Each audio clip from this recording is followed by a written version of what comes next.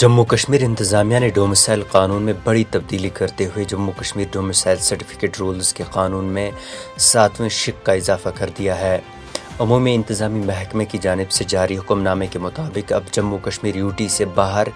دوسری ریاستوں میں شادی کرنے والی خواتین کے شوہر جموں کشمیر میں مستقل رہائشی سرٹیفکیٹ حاصل کر سکتے ہیں۔ اتنا ہی نہیں بلکہ جموں کشمیر سے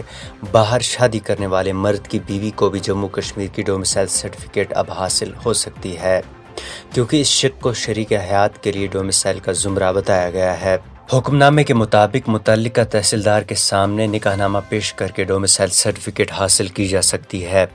اس 7ویں شق کو آئین ہند کے دفعہ 309 کا استعمال کر کے Jammu Kashmir civil service rules act 2010 کی شق 15 کے تحت شامل کیا گیا ہے۔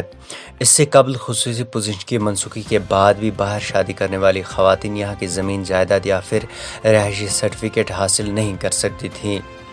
گزشتہ سال 4 اگست 2020 کو جاری گیزٹ نوٹیفیکیشن میں بتایا گیا تھا کہ ڈومیسائل لینے کا حقدار وہی ہے جو جموں کشمیر میں 15 سال رہا ہو یا پھر جس سے جموں کشمیر میں 7 سال تعلیم حاصل کی ہو اور 10ویں یا 12ویں کا امتحان دیا ہو۔ جموں کشمیر حکومت کے پاس موجودہ اعداد و شمار کے مطابق 31 دسمبر 2020 تک جموں کشمیر حکومت کی طرف سے 32,31,000 سے زائد درخواستوں کو ڈومیسائل سرٹیفکیٹ اجرا کی گئی تھی، جبکہ 2,15,000 سے زائد درخواستیں دستاویزات کے مکمل نہ ہونے کے باعث مسترد کی گئی تھی،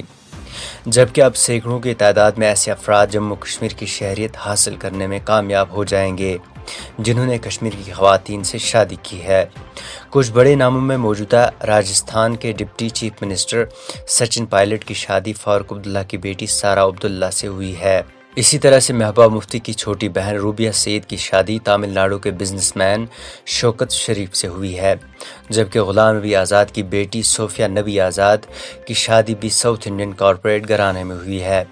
جبکہ پنجاب کے وزیر اعلیٰ کیپٹن امریندر سنگھ کے پوتے کی شادی کانگریس لیڈر کرن سنگھ کی پوتی سے ہوئی ہے۔ اگرچہ بھاجپا نے اس ترمیم کا خیر مقدم کیا ہے، تاہم وادی کشمیر کی سیاسی جماعتوں کی جانب سے ابھی تک اس فیصلے پر کوئی رد عمل سامنے نہیں آیا ہے۔ Bureau report AIN Urdu.